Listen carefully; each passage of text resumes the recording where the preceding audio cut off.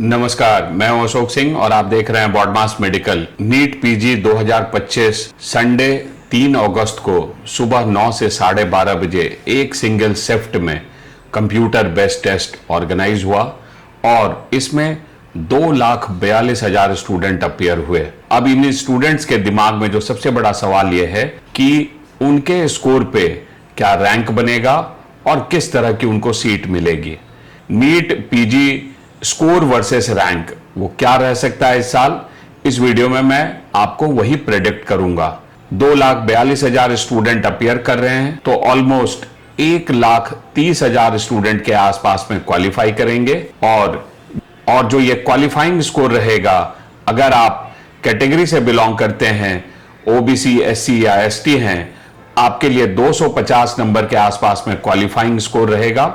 250 से 280 नंबर अगर आपके बन रहे हैं तो आपका जो रैंक है वो 1,30,000 से लेकर 1,10,000 के बीच में रह सकता है। अगर आप जनरल कैटेगरी से बिलोंग करते हैं, आपके लिए जो क्वालिफाइंग स्कोर है वो 280 नंबर से लेकर 290 नंबर के आसपास में कहीं रह सकता है और 280 नंबर से लेकर 300 नंबरों पे जो आपका रैंक बनेगा वो 95,000 से लेकर 1,10,000 के बीच में रह सकता है। इसी तरीके से अगर आप 300 से 320 नंबर के आसपास में स्कोर कर रहे हैं तो आपका रैंक 85,000 से 95,000 के बीच में रह सकता है। अगर आप 320 से 340 के बीच में स्कोर कर रहे हैं तो आपका रैंक 75,000 से 85,000 के बीच में रह सकता है। अगर आप 340 से 360 के बीच में हैं तो आपका रैंक 70,000 से 75,000 के आसपास में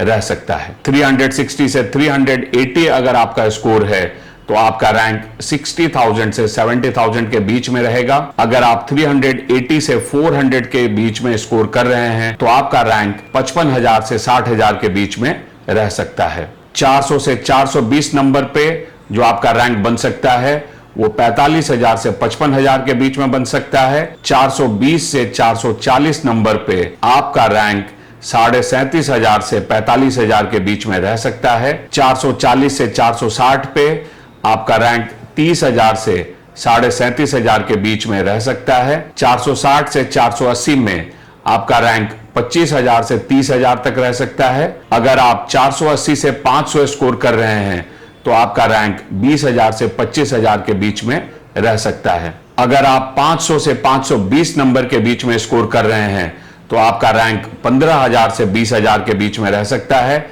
अगर आप 520 से 540 स्कोर कर रहे हैं तो आपका रैंक 10,000 से 15,000 के बीच में रह सकता है।